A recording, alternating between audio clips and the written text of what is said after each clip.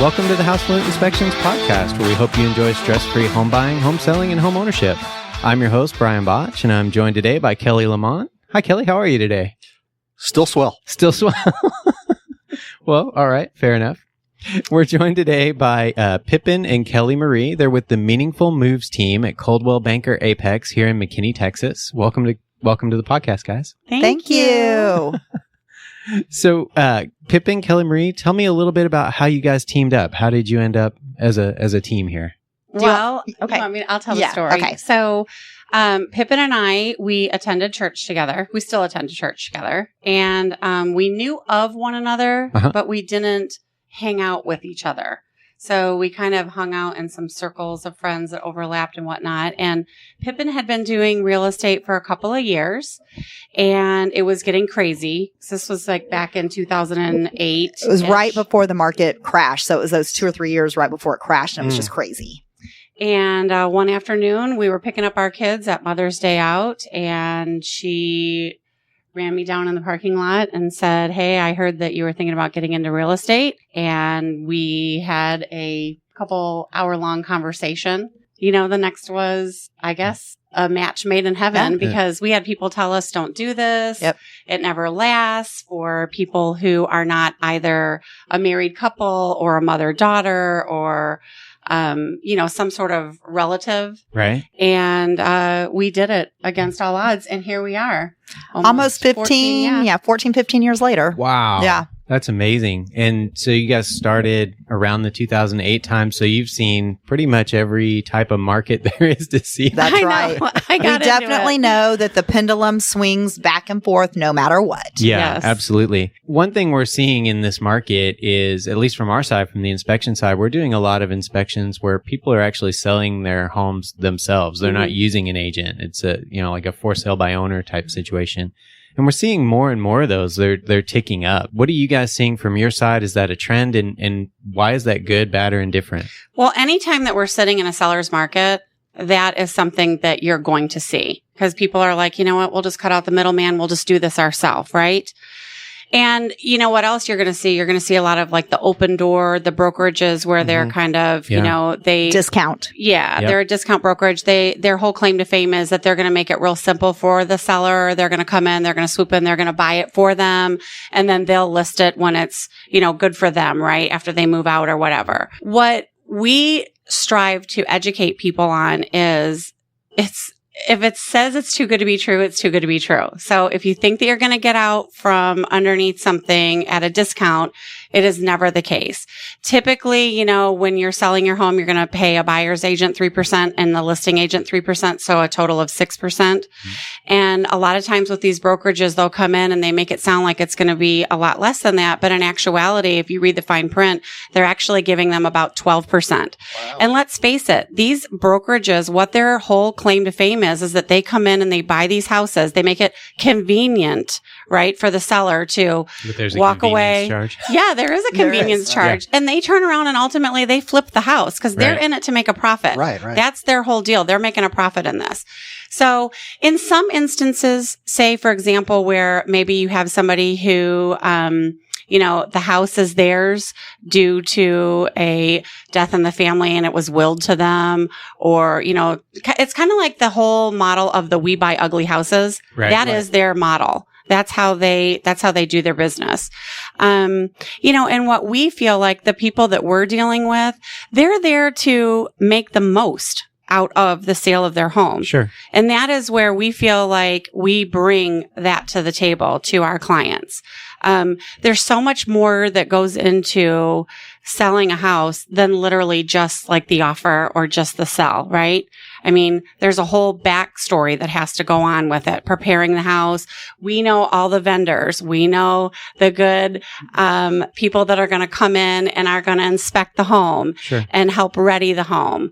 We do free home staging. We have a lot of contacts in our back pocket that can help people prepare their home for sale so that they can maximize and get their biggest return on investment. I think a big thing that you need to, if you go back to the for sale by owner, legally, you are in a legal contract, and we understand that. Right. We are not lawyers, but we have been schooled, and especially with CBA Apex, our broker is extremely, strict about following the rules and the guidelines, because you are entering into a contract.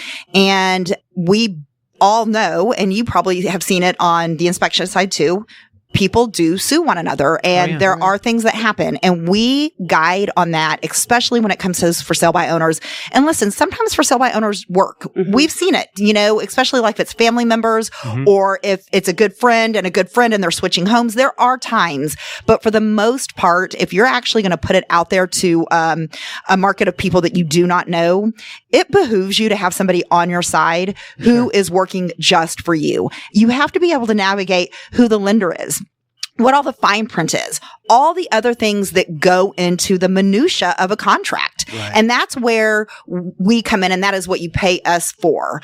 Kelly Marie and I also, we're very big on working with our clients and helping our clients. And if we buy and sell together, we are willing to talk negotiations on our commission by 1%. It's something we do because we value you also. Just like you value us, we value you. So we believe in communication and working together. And I think besides our home staging, which we are very good at, if I do want to pat myself on the back, we are good at it. I think we offer a huge, huge incentive in that part.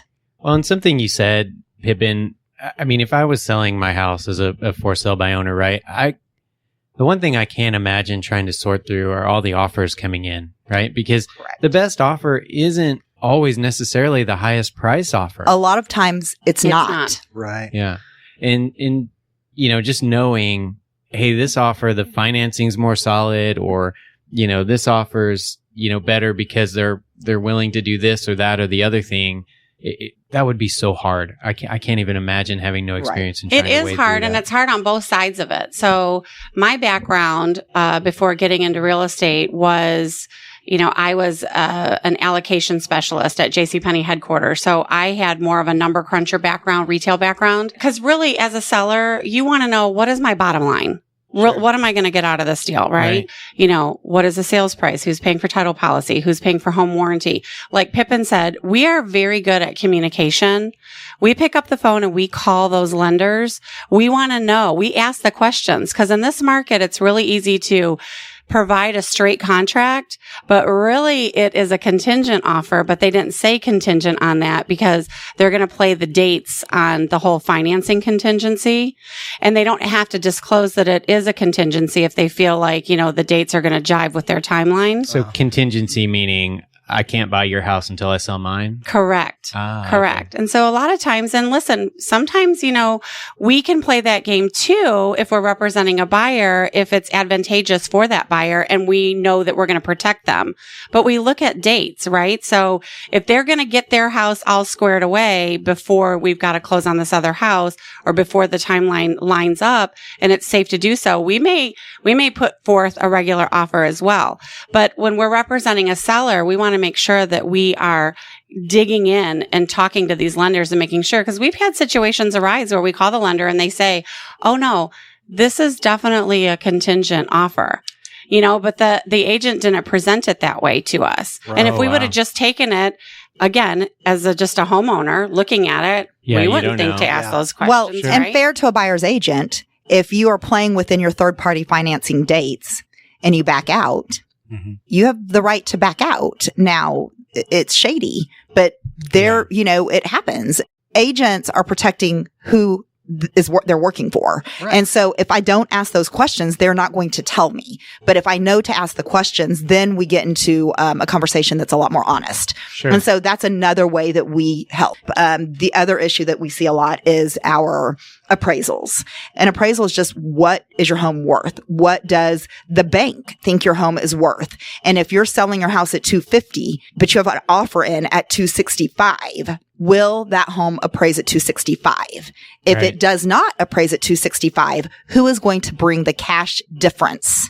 Because the bank will not pay that. So a buyer has to have that cash to make up the difference. And that does not include your closing cost. It does not include your down payment. This is extra.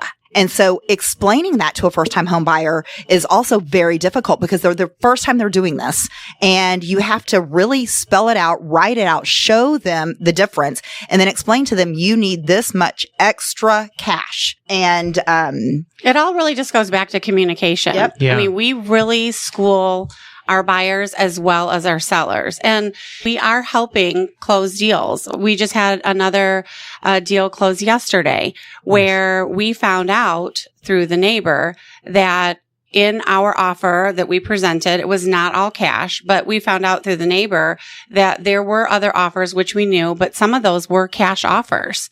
And how did our people win the bid against a cash offer? And I can tell you, a lot of that is communication. Sure. I mean, we had several offers on this Anna house, and a couple of those offers that came in, the agents never even called us. The offer just appeared in our inbox.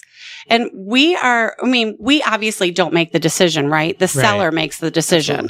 But when we go back to that seller and we say, hey, here's all the offers. These 3 people over here, these agents, they reached out to us. They called us. They told us about their buyers. They wrote letters about their buyers. They're giving us a backstory about their buyers and why these buyers want this house so badly. These other 3 people, we just have the offer. We haven't spoken to them. We know nothing about them. And again, those things all add up. They do. And we do that. We sit down, we write the letters for our buyers. I mean, I've sat down and creeped people's Facebook pictures and posted those inside the letters and really try to tell a story so that the seller is connected to that buyer. Yep. Yeah. Absolutely. Personal connection. Absolutely. And we just closed last month a first time home buyer. At a $275 price point, which is not easy to do. So it can be done, but it helps when you're working with somebody who truly cares, and we do truly care. This may be getting really political, but we do also pray over our clients. Yes, we do. And then communication and knowledge. It's important. Yeah, nice. So you guys said something that is really interesting to me. It's something I'd actually never heard of till about 3 or 4 years ago, and that's the letter that people write, right? And so tell me about that. Kind of how important is that? And it's something literally I'd never heard of till about 3 years ago. So it's really funny because, again, when you're in real estate, it depends on what side of the table you're on, right? So when we represent a seller, we tell the seller from the beginning, we ask them, we say, do you want to read the letters? Should they come? Or do you want to just keep this straight business? Sure. Okay. Because some people will react with their heart. They may walk away from some money, if they're reacting with their heart, or is this truly business? So we usually ask our sellers, what do you want right from the very beginning? If they want to read the letters, we will provide the letters. Okay. When we represent a buyer in a seller's market, like we're in right now, we always write the letters. Yeah. And we let them know, hey, there's a chance that these letters might not get read. Because that's what we do when we're representing the seller, right?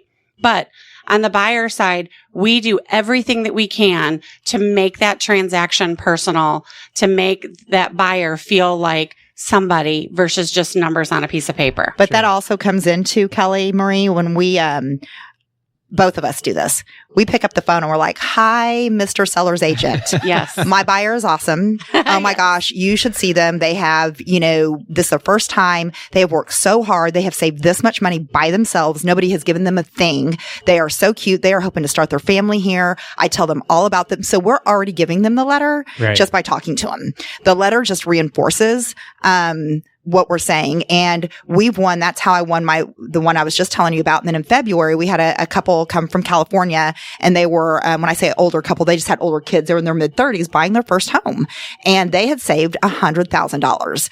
And that's a big deal. And so I was explaining to the seller's agent why we should have this house in Frisco with a pool. And I had her write a letter. I added we put pictures, the whole 9 yards, and they had owned that home the entire time, and they loved that. And we did win that offer. Out of 26 offers, we won, and they live in it, and it's awesome. And that was in February, right at the height of it. It was crazy then, but it just took off after that. So it does matter. It really does matter. So it sounds to me like what you two are saying is that you're valuing the intrinsic value of the home above the not above, but alongside the monetary value of the home. And that's something that many agents may not necessarily.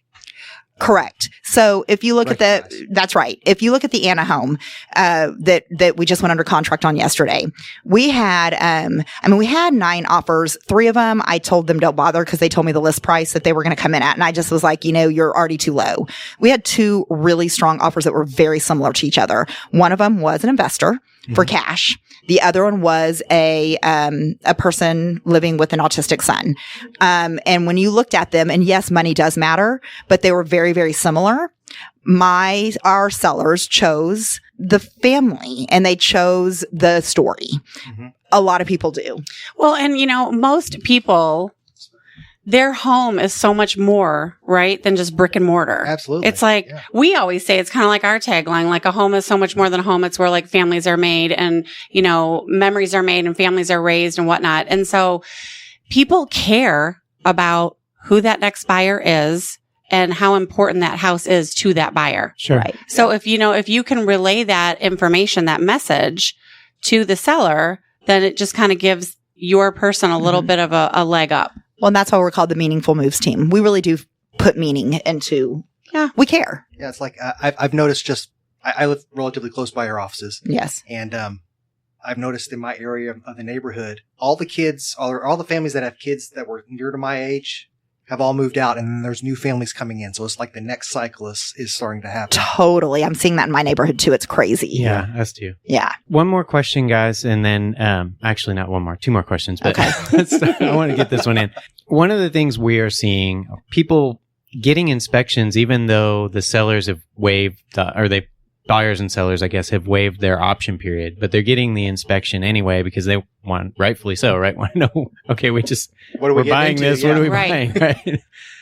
What are you guys seeing and how are option periods, inspections? You talked about appraisals a little bit, but the other things around a transaction, how are those things being affected right now? I can talk a little bit about that because I had personal experience with this. So I listed my house in December, and thank goodness I was under contract and moved before the crazy really took part, right in February. But at the end of the year, I went under contract and I accepted a buyer who they offered no option.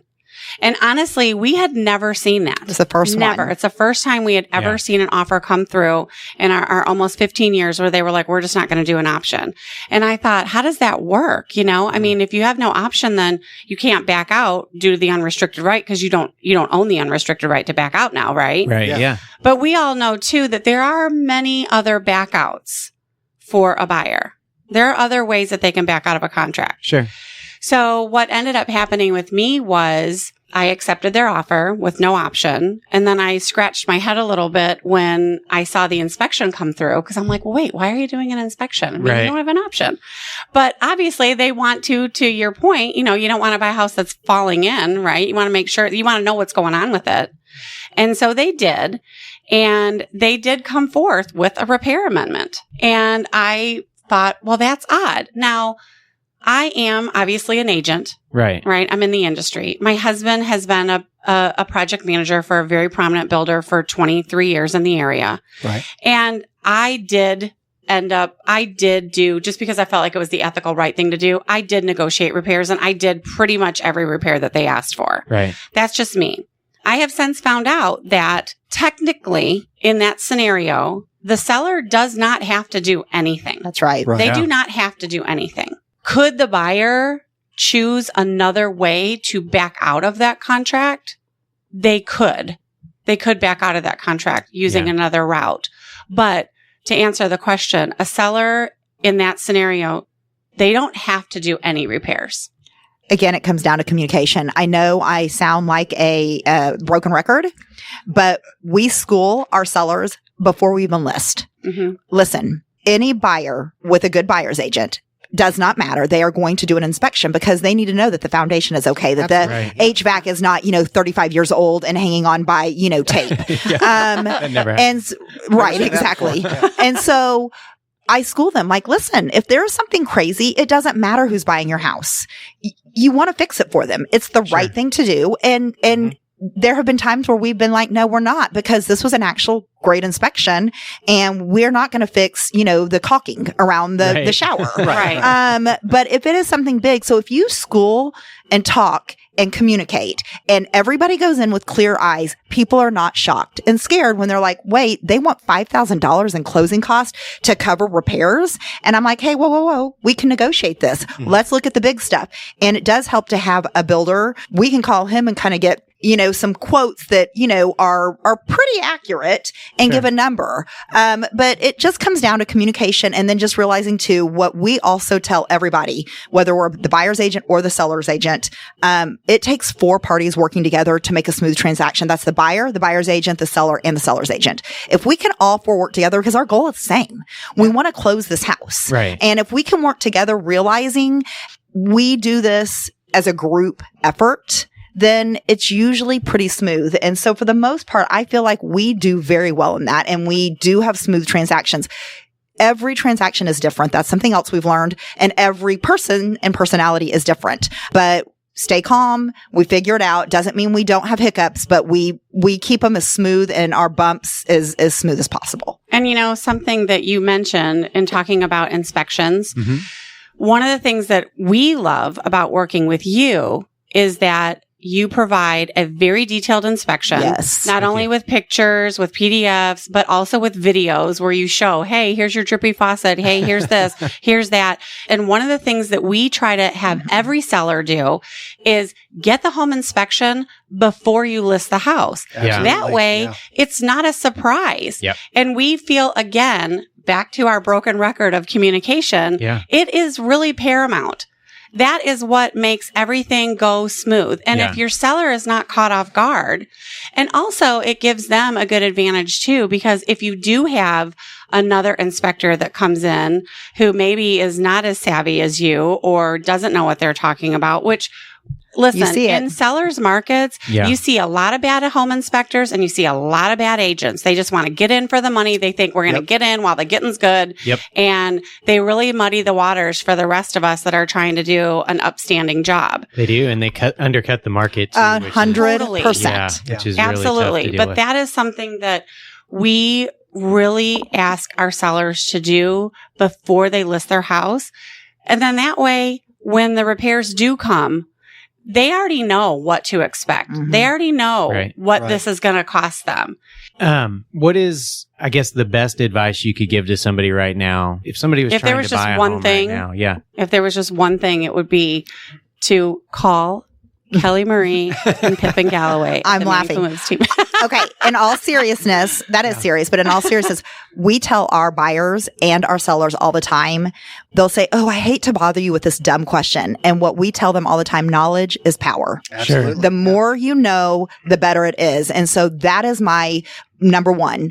If you want to buy a house in this market, ask. Don't be afraid to ask. Nothing is too dumb. Nothing is too little. Knowledge is power. And the more you know, the more, more ready you are to buy. Yeah, absolutely. Well, thanks, guys. How can people get a hold of you? They can email us at info@meaningfulmoves.com. They can call us. They can Google us. I mean, we're everywhere.